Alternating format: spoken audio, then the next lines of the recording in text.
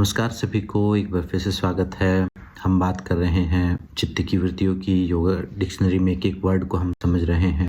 आज की है हमारी स्मृति वृत्ति। स्मृति वृत्ति जो चित्त की जो वृत्ति है, पांचवी लास्ट, उसका मतलब क्या है? उसका मतलब है वो पास्ट इम्प्रेशंस, वो सारी याद जो हमारे पास्ट एक्सपीरियंसेस से हमारे अंदर स्टोर हो गई है, वो सारे इम्प्रेशन जो पास्ट एक्सपीरियंसेस से हमारे अंदर स्टोर हो गए हैं और समय समय पर वो बाहर आते हैं। वो ध्यान के समय भी बाहर आ सकते हैं। जब आप ध्यान कर रहे हैं तो पुरानी यादें, पुरानी बातें सामने आती हैं, तो वो स्मृति वृत्ति के अंतर्गत ही आती हैं। और वो ये जो वृत्ति है ये दोनों प्रकार से काम कर सकते हैं, कलिष्ठ भी, अक्लिष्ट भी। कलिष्ठ ये तब हो सकती है जब आपके पीछे कोई पुरानी कोई अटैचमेंट, कोई ट्रॉमा, कोई ऐसी घटनाएं याद आ रही हैं जो आपको ध्यान करने से, योग के मार्ग पर जाने से रोक रही हैं, बाधा पैदा कर रही हैं।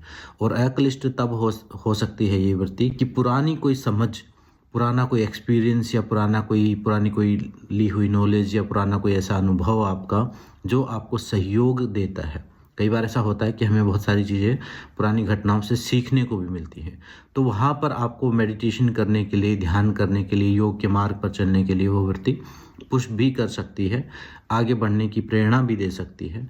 लेकिन कई मामलों में वो आपको रोक भी सकती है। जब आप ध्यान कर रहे हो या फिर पुराना कोई फेलियर है, कोई ट्रॉमा है, कोई ऐसा एक्सपीरियंस है, कोई ऐसी अटैचमेंट है, वो बार बार सामने आती है जब तक वो पूरी तरह हील ना हो जाए, और वो आपको ध्यान करने से रोकती है। तो एक प्रकार से कलिष्ठ और अक्लिष्ट दोनों प्रकार की है।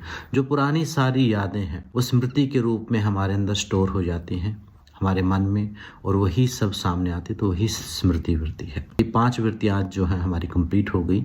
इनकी एक समराइज वीडियो भी मैं अलग से बना दूंगा जिसमें सबके बारे में थोड़ा थोड़ा बताया होगा, और फिर हम पतंजलि योग सूत्र पर आगे बढ़ेंगे वर्ड बाय वर्ड, जिससे कॉन्सेप्ट को एक अलग तरीके से समझा जा सके, एक नई समझ के साथ।